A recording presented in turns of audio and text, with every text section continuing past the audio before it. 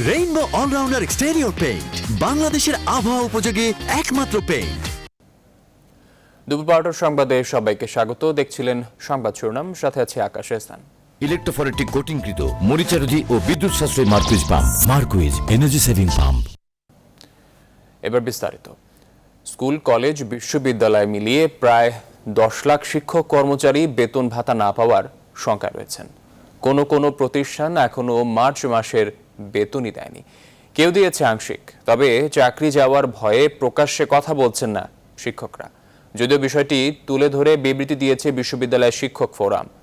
অভিযোগ পেয়েছে বিশ্ববিদ্যালয় মঞ্জুরি কমিশনও। প্রতিষ্ঠানটি বলছে সুনির্দিষ্ট অভিযোগ পেলে ব্যবস্থা নেবে সরকার।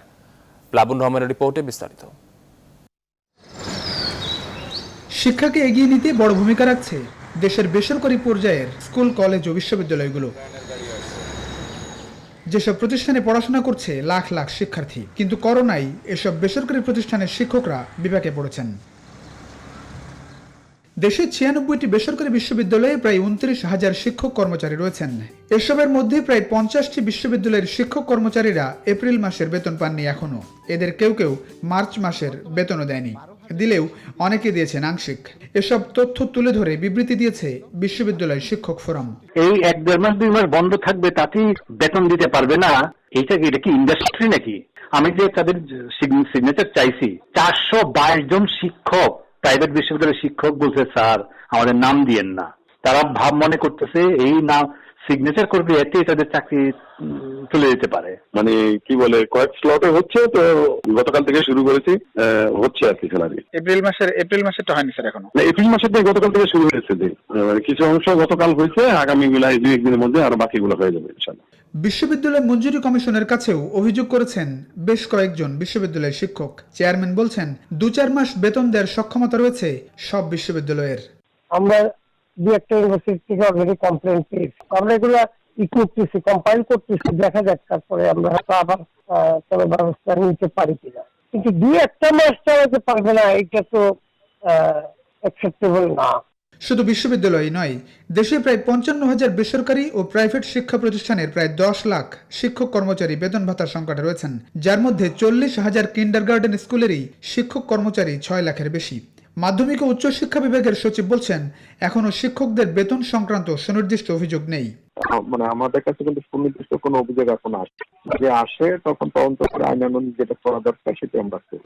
জানা গেছে বেতন দিতে না পারায় শিক্ষা প্রতিষ্ঠান সংলগ্ন সংগঠনের পক্ষ থেকে প্রধানমন্ত্রী কার্যালয়ে প্রণোদনা চাওয়া হয়েছে। তবে করোনায় এই 2-3 মাস শিক্ষকদের বেতন ঠিক মতো দিতে চাপ আছে সরকারের পক্ষ থেকেও।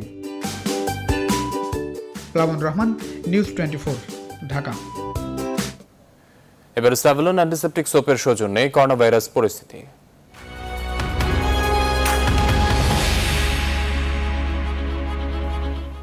বিশ্বজুড়ে করোনার ছোবলে গেল 24 ঘন্টায় প্রাণ গেছে আরও প্রায় 5,300-এর বেশি মানুষের।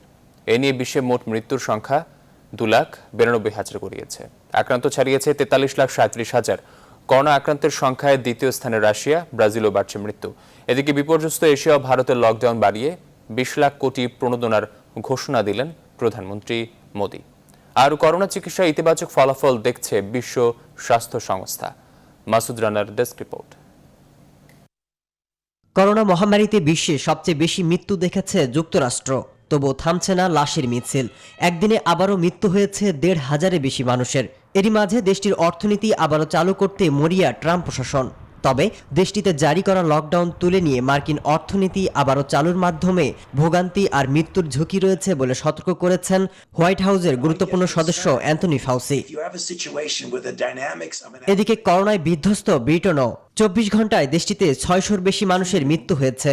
ব্রিটেনের বাণিজ্য মন্ত্রী জানিয়েছে আগামী জুন থেকে পর্যায়ক্রমে দোকানপাট খুলে দেওয়ার কথা। এদিকে ব্রাজিলও বাড়ছে মৃত্যু। দেশটিতে মৃতের সংখ্যা ছাড়িয়েছে 12,000। 24 ঘন্টায় নতুন করে মৃত্যু হয়েছে আরও 700-র বেশি মানুষের। তবে বিভিন্ন দেশের মতোই আবারও অর্থনীতি চালু করার কথা ভাবছে দেশটির সরকার। এদিকে নতুন হটস্পট হয়ে ওঠা রাশিয়াতে আবারও একদিনে 10,000-এর বেশি মানুষ সংক্রমিত হয়েছে। এ নিয়ে দেশটিতে 2 লাখের বেশি মানুষ আক্রান্ত হলো, যার সংখ্যা ইতালিকেও অতিক্রম করেছে। আক্রান্তের দিক থেকে এখন বিশ্বে দ্বিতীয় স্থানে রয়েছে দেশটি। নাজেহাল অবস্থা এশিয়ারও। ভারতে সংক্রমণ আর মৃত্যু দ্রুত বাড়ছে। করোনা মহামারী থেকে ঘুরে দাঁড়াতে 20 লাখ কোটি রুপির আর্থিক প্রণোদনা প্যাকেজ ঘোষণা করেছে ভারতের প্রধানমন্ত্রী নরেন্দ্র মোদী। এছাড়াও চতুর্থ দফায় দেশজুড়ে লকডাউন বাড়ানোর কথা জানিয়েছেন তিনি। বাড়ছে পাকিস্তান, ইন্দোনেশিয়া সহ এশিয়াতে সংক্রমণ। তবে এত মানুষের মৃত্যু আর আক্রান্তের সাথে বিশ্বব্যাপী সেরে উঠেছে 16 লাখের বেশি মানুষ। করোনা ভাইরাসের কোনো চিকিৎসায় রোগটির তীব্রতা কমে যাচ্ছে এবং দ্রুত অনেকে সুস্থ হয়ে উঠছেন বলে জানিয়েছে বিশ্ব স্বাস্থ্য সংস্থা। সম্ভাব্য 4 থেকে 5টি চিকিৎসা পদ্ধতি থেকে সবচেয়ে কার্যকরটি খুঁজে বের করার চেষ্টা চলছে বলে জানিয়েছেন সংস্থাটি। মাসুদ রানা, নিউজ 24। দেশে করোনায় নতুন করে আক্রান্ত হয়েছেন 969 জন। 24 ঘন্টায় আরও 11 জনের প্রাণহানি ঘটেছে। মঙ্গলবার দুপুরে স্বাস্থ্য অধিদপ্তরের নিয়মিত অনলাইন ব্রিফিংয়ে এসব তথ্য জানানো হয়। সব মিলিয়ে এখন পর্যন্ত দেশে মোট করোনায় আক্রান্তের সংখ্যা দাঁড়ালো 16,660, আর মোট মৃত্যু হলো 250 জনের। সারা দেশে বিভিন্ন হাসপাতালে ভর্তি রোগীদের মধ্যে আরও 245 জন গত একদিনে সুস্থ হয়েছেন। এ নিয়ে মোট 3,147 জন সুস্থ হয়ে উঠলেন।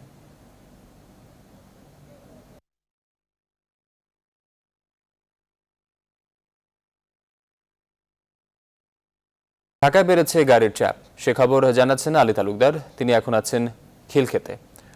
আলী, আপনার কাছ থেকে জানতে চাচ্ছি সড়কের কি খবর আছে আপনার কাছে, আমাদের জানাবেন।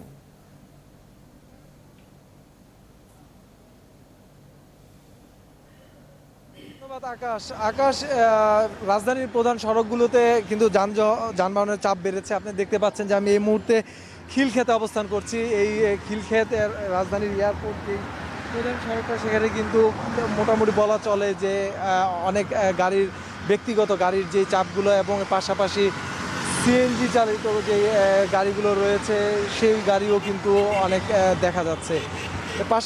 আমরা দেখেছি যে এই যারা উবার এবং পাঠাও মোটর সাইকেলগুলো রয়েছে তাদেরও কিন্তু আমরা দেখেছি যে এই ভাড়া চালিত যেই তারা কাজ করছেন।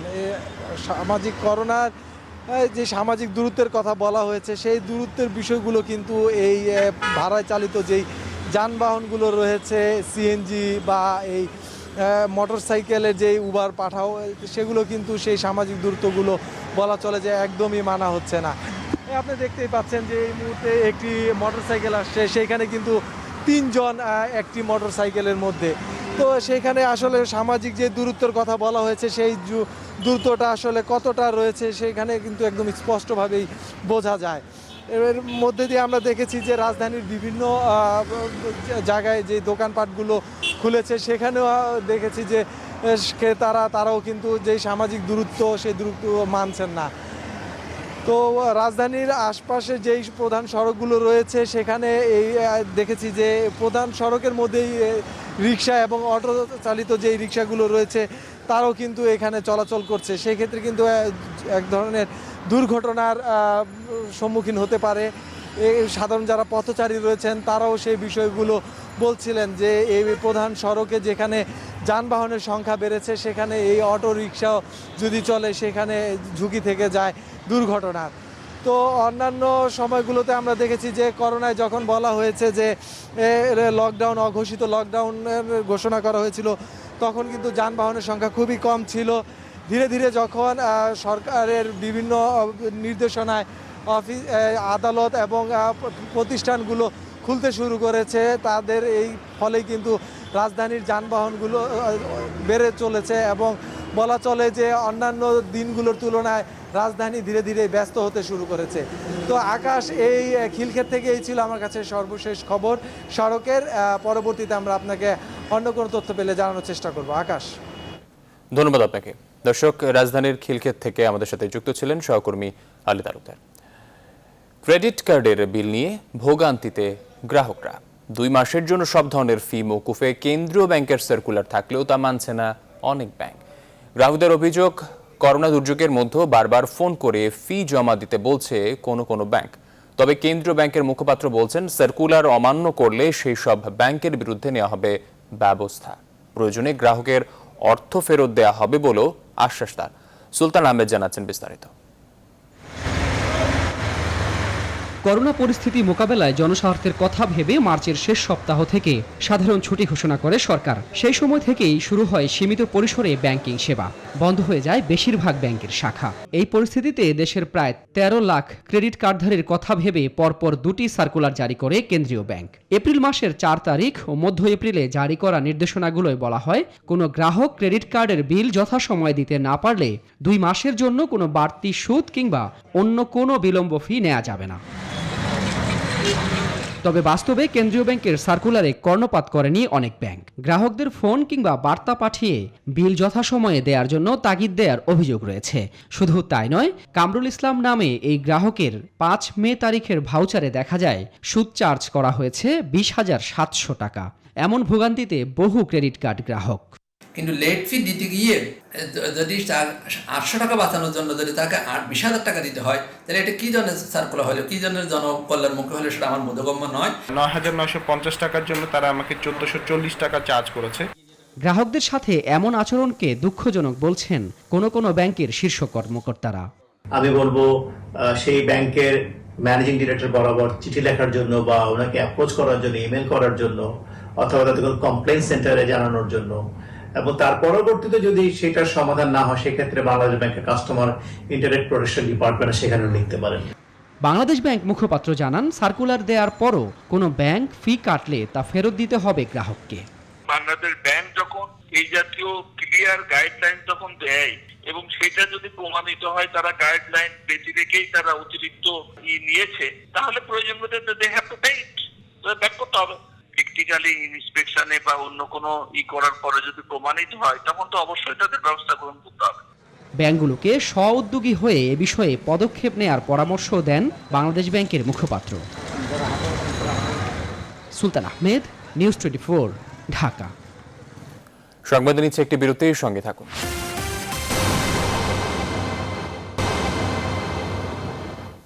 বিরতির পর আবারও স্বাগত সংবাদে। প্রাণঘাতী করোনা ভাইরাস সংক্রমণ মোকাবেলায় এবার বাংলাদেশ আনসার ও গ্রাম প্রতিরক্ষা বাহিনীকে 25,000 মাস্ক ও 3,000 পিপি দিল দেশের শীর্ষ শিল্পগোষ্ঠী বসুন্ধরা গ্রুপ। বেলা 11টার দিকে ঢাকা মহানগর আনসার ও গ্রাম প্রতিরক্ষা বাহিনীর কার্যালয়ে বাহিনীর উপমহাপরিচালক মোহাম্মদ মাহবুবুল ইসলামের কাছে মাস্ক ও পিপি হস্তান্তর করেন বসুন্ধরা গ্রুপের ব্যবস্থাপনা পরিচালক স্যাম সোবহান আনভির। এ সময় উপস্থিত ছিলেন আনসার ও গ্রাম প্রতিরক্ষা বাহিনীর মহাপরিচালক মেজর জেনারেল কাজী শরীফ কায়কোবাদ, নিউজ 24-এর সিইও ও বাংলাদেশ প্রতিদিনের সম্পাদক নঈম নিজাম। এ সময় মোহাম্মদ মাহবুবুল ইসলাম বলেন, বসুন্ধরা গ্রুপ যে সাহায্যের হাত বাড়িয়ে দিয়েছে তা অত্যন্ত প্রশংসনীয়। বৈশ্বিক মহামারী করোনা ভাইরাসের বিরুদ্ধে লড়াইয়ের প্রথম থেকে দেশ ও মানুষের পাশে দাঁড়িয়েছে বসুন্ধরা গ্রুপ। এর অংশ হিসেবে করোনা রোগীদের চিকিৎসায় হাসপাতাল তৈরিতে স্থাপনা দিয়ে সরকারকে সহযোগিতা করেছে এই শিল্প গ্রুপ। এছাড়া করোনা মোকাবেলায় প্রধানমন্ত্রীর তহবিলে 10 কোটি টাকার চেকও হস্তান্তর করেন বসুন্ধরা গ্রুপের ব্যবস্থাপনা পরিচালক স্যাম সোবহান।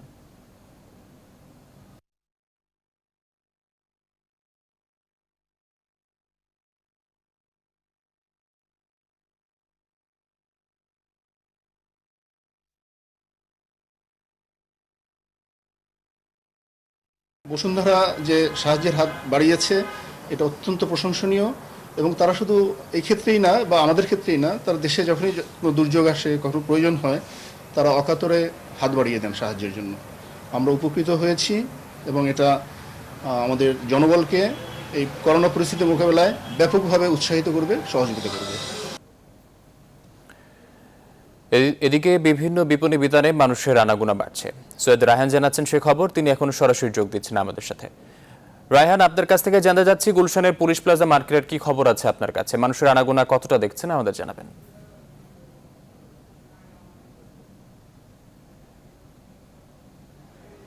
আকাশ, একটু বলে রাখি, এই মুহূর্তে কিন্তু আমি রয়েছি রাজধানীর গুলশান 2-এ। একটু আপনাকে দেখাতে চাই যে সরকারি নির্দেশনা মেনেই 10 তারিখে মূলত এই মার্কেটটি খোলা হয়েছে। তো তারপর আমরা যে বিষয়টি দেখতে পাচ্ছি যে ইতোমধ্যেই কিন্তু ক্রেতারা আসলে আসতে শুরু করেছেন, এবং প্রথম দিকে আসলে বিক্রেতারা দোকান কয়েকজন না খুললেও এখন কিন্তু প্রায় প্রতিটি দোকানই তারা খুলে ফেলেছেন। বিশেষ করে কাপড়ের যে দোকানগুলো রয়েছেন সেই দোকানগুলোতে কিন্তু ক্রেতাদের কিন্তু ভিড় রয়েছে। কিছুটা আমরা দেখতে পাচ্ছি এখন অনেকটাই ফাঁকা। তাও একজন ক্রেতার কাছে একটু জানতে চাবো যে একটু বলবেন করবেন, আপনার কাছে কি মনে হচ্ছে যে স্বাস্থ্যবিধি মেনেই আসলে এখানে কেনাকাটা হচ্ছে? যে এই মার্কেটে সব স্বাস্থ্যবিধি মেনে সব আমরা ঢুকছি, হাত ধুয়ে ঢুকছি, এখানে ঢুকছি, ফাঁক দিয়ে দাঁড়াচ্ছি, কোনো অসুবিধা নেই। তো আপনার কাছে কি মনে হচ্ছে যে এখানে কোনো ঝুঁকি আসলে থাকতে পারে যে এখন আপনারা মার্কেট করতে আসছেন এই পরিস্থিতিতে? ঝুঁকি তো অবশ্যই থাকবে না, আমার নিরাপত্তা আমার নিজেই করতে হবে, তাই না? আমারটা তো আমার নিজের মতো নিরাপত্তা না করলে তো সরকার তো আমাদের অনেক সচেতন করতেছে। আকাশ, আসলে একজন ক্রেতা বলছিল যে নিজের নিরাপত্তা কিন্তু নিজেকেই নিতে হবে। বিশেষ করে বলা যায় যে এই মুহূর্তে অনেকটা শিথিল অবস্থায় চলে আসার কারণে কিন্তু প্রশাসনের তৎপরতা অনেকটা কম। একজন বিক্রেতার সাথে কথা বলবো, একটু জানতে চাচ্ছিলাম যে এখন পর্যন্ত ক্রেতাদের কেমন ছাড়া পাচ্ছেন? ক্রেতাদের কমে ছাড়া পাচ্ছি, কিন্তু তারা মানে একটা হাই হতাশের মধ্যে আছে, এই জন্য আসতেছে না মনে হয়, এরকম কিছু মনে হচ্ছে। একটা আতঙ্কের মধ্যে আছে। জি, তো এর মধ্যে কি আপনার ব্যবসা চালিয়ে যাবেন? আমরা দেখি যদি তারা আদেশ দেয় খোলা রাখার জন্য আমরা খোলা রাখবো, আর যদি আদেশ না দেয় তাহলে বদ্ধ রাখবো আমরা সবসময়। আসলে আকাশ, শুনতে পাচ্ছিলেন যে একজন বিক্রেতাও বলছেন ক্রেতাদেরও সারা রয়েছে, তবে আতঙ্ক কিন্তু পিছু ছাড়ছে না। তো বলা যায় অনেকটা আতঙ্কের মধ্য থেকেই আসলে তারা ব্যবসায়িক ক্ষতি পোষাতেই কিন্তু মূলত দোকান খুলেছেন এবং ক্রেতারাও আসছেন। অনেক ক্ষেত্রে বলা হচ্ছে যে ব্যক্তি বিশেষের নিরাপত্তা কিন্তু ব্যক্তিকেই নিতে হবে, তবুও আমরা দেখছি অনেক জায়গাতেই সেটি মানা হচ্ছে না। বিশেষ করে শারীরিক দূরত্বের ক্ষেত্রে এটি অনেকটাই উপেক্ষিত হচ্ছে। তো আকাশ, এই ছিল এখনকার মতো রাজধানীর গুলশান 2 থেকে আমার কাছে সার্বিক চিত্র। আকাশ, ধন্যবাদ আপনাকে। দর্শক, রাজধানী গুলশান 2 থেকে আমাদের সাথে যুক্ত ছিলেন সহকর্মী রায়হান। লকডাউন পরিস্থিতির 6 মাস চলতে থাকলে বিশ্বব্যাপী প্রায় 7 মিলিয়ন অনিচ্ছাকৃত গর্ভধারণ ঘটতে পারে বলে আশঙ্কা করছে জাতিসংঘ জনসংখ্যা তহবিল UNFPA। আর বাংলাদেশের মতো নিম্ন মধ্যম আয়ের দেশে এটি আরও বেশি প্রাসঙ্গিক বলে মনে করছেন সংস্থাটির প্রতিনিধি ডক্টর আশা চার্লসন। নিউজ 24-কে দেয়া একান্ত সাক্ষাৎকারে তিনি আরও বলেন, লকডাউন অব্যাহত থাকলে বিশ্বব্যাপী আরও প্রায় 15 মিলিয়ন জেন্ডার ভিত্তিক সহিংসতার ঘটনা ঘটতে পারে, যার বাইরে নেই বাংলাদেশও। বিস্তারিত জানাচ্ছেন লাকমিনা জেসমিন সোমা। বিশ্বব্যাপী লকডাউন পরিস্থিতিতে ঘরের ভেতর কর্মহীন সময় কাটাচ্ছেন বিশ্বের বেশিরভাগ মানুষ। জাতিসংঘ জনসংখ্যা তহবিল UNFPA সাম্প্রতিক গবেষণাপত্রে বলছে, এই লকডাউন যদি 6 মাস চলতে থাকে এবং স্বাস্থ্যসেবার বড় ধরনের বিচ্যুতি ঘটে, তবে সারা বিশ্বে 7 মিলিয়ন অনিচ্ছাকৃত গর্ভধারণ ঘটতে পারে। বাংলাদেশের ক্ষেত্রে এটি আরও প্রাসঙ্গিক বলছেন সংস্থাটির দেশীয় প্রতিনিধি ডক্টর আশা টর্কেলসন। 7 million additional unintended pregnancies যদি লকডাউনটি 6 মাস ধরে চলতে থাকে এবং স্বাস্থ্যসেবাগুলিতে বড় ধরনের বিচ্যুতি হয়, তবে বিশ্বে প্রায় 7 মিলিয়ন অনিচ্ছাকৃত গর্ভধারণ ঘটতে পারে। এটি বিশেষত বাংলাদেশের মতো নিম্ন মধ্যম আয়ের দেশগুলির ক্ষেত্রে অত্যন্ত প্রাসঙ্গিক, যেখানে অনিচ্ছাকৃত গর্ভধারণের হার মোট গর্ভধারণের 48 ভাগ। UNFPA-র এই গবেষণাপত্র আরও বলছে, লকডাউন পরিস্থিতি অব্যাহত থাকলে বিশ্বব্যাপী প্রতি 3 মাসে আরও প্রায় 15 মিলিয়ন জেন্ডার ভিত্তিক সহিংসতার ঘটনা ঘটতে পারে। এই শঙ্কার বাইরে নেই বাংলাদেশও। এজন্য সহিংসতা প্রতিরোধে এরই মধ্যে সরকারের সাথে কাজ করছে UNFPA। So while it can be a blessing for some, lockdown কারোর জন্য আশীর্বাদ, আবার কারোর জন্য অভিশাপ। জরুরি পরিস্থিতিতে যেমন বর্তমান মহামারীতে নারীর উপর সহিংসতার ঝুঁকি বেশি থাকে। UNFPA-র সাম্প্রতিক তথ্য অনুসারে আরও প্রায় 15 মিলিয়ন জেন্ডার ভিত্তিক সহিংসতার ঘটনা প্রতি 3 মাসে বিশ্বজুড়ে ঘটবে বলে অনুমান করা হচ্ছে।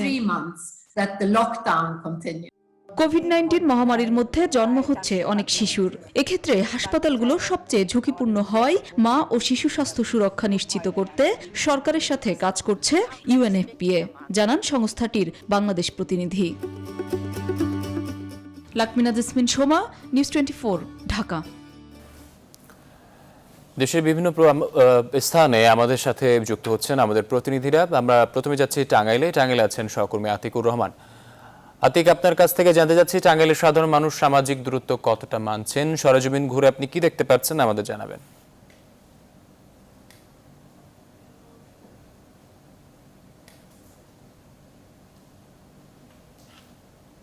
ধন্যবাদ আকাশ। আসলে সামাজিক দূরত্ব বলতে এখন একদমই নেই, অর্থাৎ মানুষ কিন্তু তারা বিশেষ করে শপিং মল খোলার পরপরই মানুষ কিন্তু তারা বেরিয়ে আসছেন এবং শপিং মলে যাচ্ছেন, তারা কিন্তু মার্কেট করছেন এবং সামাজিক যে দূরত্ব সেটি তারা মানছেন না। এবং বিশেষ করে টাঙ্গাইলে কিন্তু এই পর্যন্ত 7 জন করোনা আক্রান্ত হয়েছে এবং আজ কিন্তু 5 জন আক্রান্ত হয়েছে। আসলে এইসব বিষয় নিয়ে আমরা একটু কথা বলবো জেলা পুলিশ সুপার সঞ্জিত কুমার রায়ের সাথে। আসলে তিনি একটু বলবেন, আপনি একটু বলবেন যে আসলে এই যে সামাজিক দূরত্ব মানা হচ্ছে না, দিন দিন তো করোনা টাঙ্গাইল আক্রান্ত বেড়েই চলছে, আসলে নতুন করে আপনাদের কোনো ব্যবস্থা আছে কিনা একটু বলবেন, যেহেতু সামনে ঈদ। ধন্যবাদ। আপনারা জানেন যে আসলে সামাজিক দূরত্ব মেনটেন করার জন্য আমরা কিন্তু গত 3 দিন আগেও টাঙ্গাইল স্টেডিয়ামে আমাদের যে সিএনজি, তারপরে আমাদের অটো রিক্সা, তারপরে ইজি বাইক সবাইকে কিন্তু আমরা ত্রাণ দিয়ে টাঙ্গাইল শহরে কিন্তু একেবারেই সিএনজি মুক্ত, রিক্সা মুক্ত, ইজি বাইক মুক্ত আমরা কিন্তু তাদেরকে সামাজিক দূরত্ব মেনটেন করে এবং তারা যাতে বাড়িতে থাকে সেটা করতে পেরেছি। মার্কেটে যে আপনি যে কথাটা বলেছেন, মার্কেটে আসলে শপিং করার জন্য প্রত্যেকটা লোকই ঈদের আগে এসেছে এবং তাদেরকে যে স্বাস্থ্যবিধি মেনে চলার জন্য, ডিসইনফেক্টিং চেম্বার দেওয়ার জন্য, হাত ধোয়ার জন্য, এই আমাদের এই বেসিন দেওয়ার জন্য সবকিছু বলা হয়েছে। এই জন্য আমরা মোবাইল কোড করার জন্য জেলা প্রশাসকের মধ্যে সাথে আমি যোগাযোগ করেছি। আজকে থেকে 4টা মোবাইল কোড কাজ করবে। আমার ধারণা আমাদের এখানে সামাজিক দূরত্ব মেনটেন হবে। তাছাড়া আমরা ঈদের জন্য আমাদের 65 কিলোমিটার হাইওয়ে আছে, যদিও সরকারি নিষেধাজ্ঞা আছে যে কেউ এইভাবে কোনো পরিবহনে যাবে না, তারপরেও কিন্তু আমাদের প্রস্তুতি আছে। আমরা মনে করি টাঙ্গাইল ঢাকার পাশের জেলা হিসেবে এখন পর্যন্ত ভালো আছে, আমরা ভালো রাখতে সচেষ্ট হয়েছি এবং ভবিষ্যতে যাতে ভালো রাখতে পারি সেই কাজটুকু করে যাব। ধন্যবাদ আপনাকে। ধন্যবাদ আপনাকে। আসলে তিনি বলছিলেন যে তাদের যে আরো টহল বাড়ানো হবে এবং যে মার্কেটগুলোতে যে সামাজিক নীতি দূরত্ব সেটি বজায় রেখে সেটি তারা করবেন। এই ছিল আমার কাছে আকাশ সর্বশেষ টাঙ্গাইল থেকে। আতিক আপনাকে ধন্যবাদ। এবারে সিরাজগঞ্জ থেকে আমাদের সঙ্গে যুক্ত হচ্ছেন সহকর্মী। আমরা যাব এখন নেত্রকোনায়। নেত্রকোনা থেকে আমাদের সাথে যুক্ত হচ্ছেন সোহান আহমেদ। সোহান, আপনার কাছ থেকে জানতে যাচ্ছি নেত্রকোনায় বিপণী বুতানগুলো কেমন ভিড় দেখছেন এবং মানুষ স্বাস্থ্যবিধি কতটা মেনে কেনাকাটা করছেন আমাদের জানাবেন।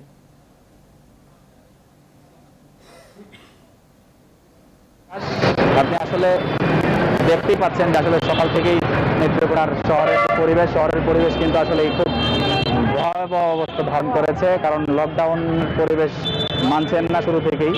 আর বিশেষ কথা হচ্ছে যে আসলে যে সাধারণ মানুষ, হাজার হাজার মানুষ কিন্তু সকাল থেকেই রাস্তায় বেরিয়ে আসছে। আর বিশেষ করে গত 10 তারিখ থেকে যে লকডাউন কিছুটা শিথিল করা হয়েছে এবং শপিং মল মার্কেটগুলো খোলা হয়েছে, যে কারণে কিন্তু বিভিন্ন গ্রাম থেকেও সাধারণ মানুষ শহরে আসছে এবং কেনাকাটা করছে।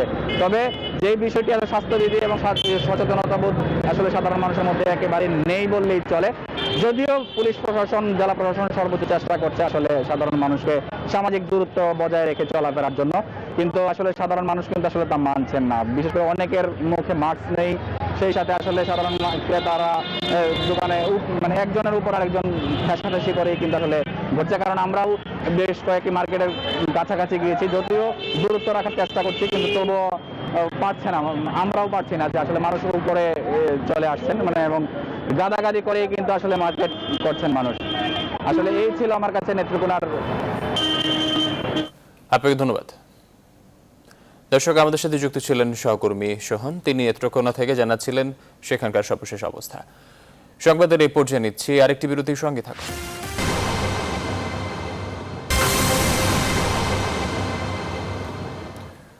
বিরতির পর আবারও স্বাগত সংবাদে। ডেঙ্গু প্রতিরোধে জিরো টলারেন্স অবস্থান স্থানীয় সরকার মন্ত্রণালয় ও ঢাকার 2 সিটি কর্পোরেশনের। কারো বাসায় বা কোনো অফিসে জমা পানি থাকলে ব্যবস্থা নেওয়ার কঠোর হুঁশিয়ারি দিলেন এলজিআরডি মন্ত্রী তাজুল ইসলাম। উত্তর সিটি চালু করেছে ফ্রি ডেঙ্গু পরীক্ষার ব্যবস্থা। এদিকে বিশেষজ্ঞরা চলতি বছরে ঢাকার থেকে সারা দেশে সংক্রমণ এবার বেশি হওয়ার আশঙ্কা করছেন। তৌফিক মাহমুদ মুন্নার রিপোর্ট। পুরো বিশ্ব এখন করোনা আক্রান্ত, বাংলাদেশেও এর বাইরে নয়, বরং দেশের দিন দিন আক্রান্ত সংখ্যা বেড়েই চলেছে। এমন বাস্তবতায় করোনার পাশাপাশি এবার উকি দিচ্ছে ডেঙ্গু। অঘোষিত লকডাউনের কারণে এই সময়ে ঢাকা সহ সারা দেশের বিভিন্ন স্থান, অফিস ও টার্মিনালগুলোতে বাড়ছে ডেঙ্গুর প্রজনন বৃদ্ধির আশঙ্কা। চলতি বছরের ডেঙ্গুর প্রকোপ নিয়ে বিশেষজ্ঞরা বলছেন, ঢাকা সিটির তুলনায় এবার সারা দেশে ডেঙ্গুর ঝুঁকি থাকবে সব থেকে বেশি। এজন্য পদক্ষেপ নিতে হবে এখনই। ঢাকা শহরের মানুষের গত বছরের যেমন 51,000 রোগী হয়েছে ঢাকা শহরে, 51,000 আর 50,000 হয়েছে সারা বাংলাদেশের বিভিন্ন জায়গা থেকে। এখন ঢাকা শহরে হয়তো এবছর গত বছরের সংখ্যাটার তুলনায় ছাড়াবে না। এখন আউটসাইড ঢাকা এবছর ডেঙ্গুটা বেশি হবে গত বছরের তুলনায়। উত্তরের নগরবাসীর জন্য ফ্রি ডেঙ্গু টেস্ট এরই মধ্যে চালু হয়েছে। উত্তরের মেয়র আতিকুল ইসলাম জানান, আনুষ্ঠানিক দায়িত্ব নেওয়ার পরই ডেঙ্গু প্রতিরোধী হবে তার প্রথম কাজ। ডেঙ্গু টেস্ট নিয়ে যেন আমাদের উত্তর সিটি কর্পোরেশনে সবগুলা বিভিন্ন বিশেষ মাতৃসদন এবং প্রত্যেকটি আমাদের যে স্বাস্থ্যকেন্দ্র আছে 27টি স্বাস্থ্যকেন্দ্র, এখানে কিন্তু আমরা ডেঙ্গু কিটস আমরা দিচ্ছি এবং এটা বিনামূল্যে আমরা ডেঙ্গু চিকিৎসার জন্য ডেঙ্গু টেস্ট করব। যে কারো যে কোনো ভবনে পাওয়া যাক না কেন, আমরা সেই ভবনকে ফাইন করবো এবং সিটি কর্পোরেশন যে কেউ যদি পায় অন্য ম্যাজিস্ট্রেটও কিন্তু আমাদের ফাইন করতে পারে। কিন্তু এখানে যাদের বাসা বা অফিসে ডেঙ্গুর প্রজনন ক্ষেত্র পাওয়া যাবে তাদের বিরুদ্ধে কঠোর ব্যবস্থার হুঁশিয়ারি দিলেন এলজেডি মন্ত্রী তাজুল ইসলাম।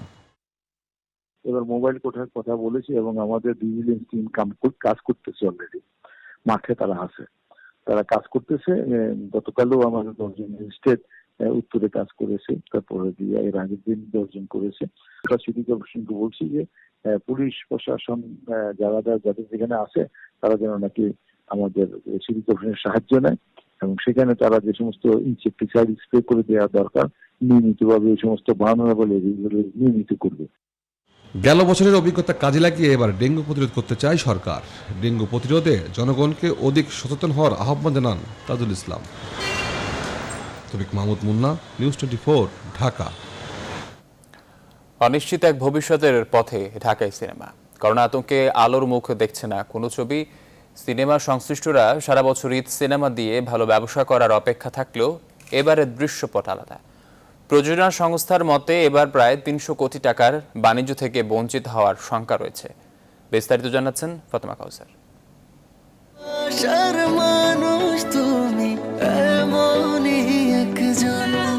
ঈদ বিনোদনের একটি বড় মাধ্যম সিনেমা। ঈদ আনন্দের রং ছড়াতে বড় তারকার ছবি নিয়ে বড় পর্দায় হাজির হয় প্রযোজনা সংস্থাগুলো, কিন্তু এবার আর ঘটছে না তেমনটি।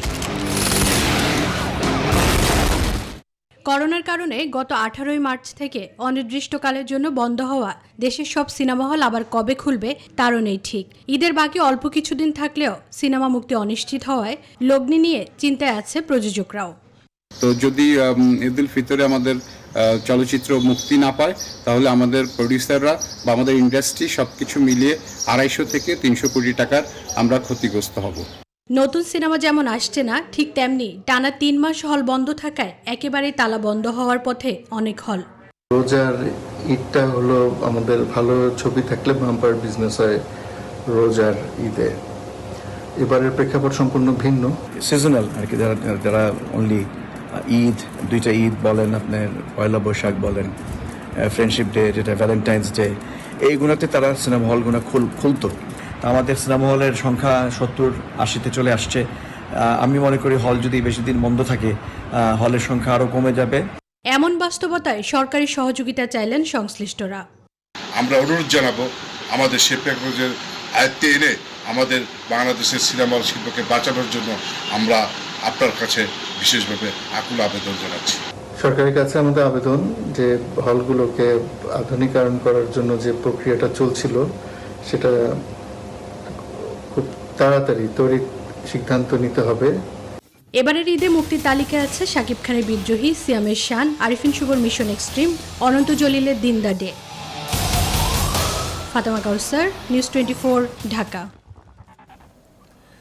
এবার ফার্স্ট সিকিউরিটি ইসলামী ব্যাংক অর্থ বাণিজ্য সংবাদ।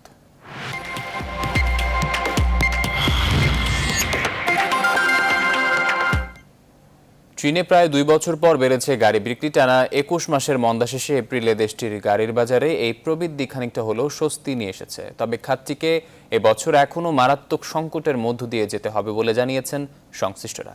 গেল মাসে চীনে গাড়ি বিক্রি বৃদ্ধির মূল্যে রয়েছে বাণিজ্যিক যানবাহনের চাহিদা। এই মাসে মোট গাড়ি বিক্রি হয়েছে 20 লাখের মতো, যা 2019 সালের এপ্রিলের তুলনায় 4.4% বেশি। মূলত 2018 সালের জুলাইয়ের পর এই প্রথম দেশটিতে গাড়ি বিক্রি বাড়ল। এই বিক্রি প্রবৃদ্ধিতে বড় ভূমিকা রেখেছে ভারী ট্রাকের মতো বাণিজ্যিক যানবাহন। এপ্রিলে এই ধরনের যানবাহনের বিক্রি বেড়েছে 32%। করোনা ভাইরাস সংক্রমণ নিয়ন্ত্রণে সাফল্যের সঙ্গে অর্থনীতি সচল রাখতে সরকারের পক্ষ থেকে বিভিন্ন প্রণোদনার উদ্যোগ নেওয়ার ফলে এমন সফলতা দেখেছে দেশটি। সংবাদ নিচ্ছে আরেকটি বিরতির সঙ্গে থাকুন।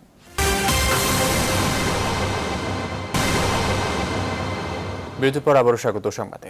বিদেশি পিস্তল ও রক্ষিতা সহ দেলওয়ার হোসেন সাইদের পুত্রের সঙ্গে বৈঠক করা বিতর্কিত সেই রকি বড়ুয়াকে গ্রেফতার করেছে র্যাব ৭।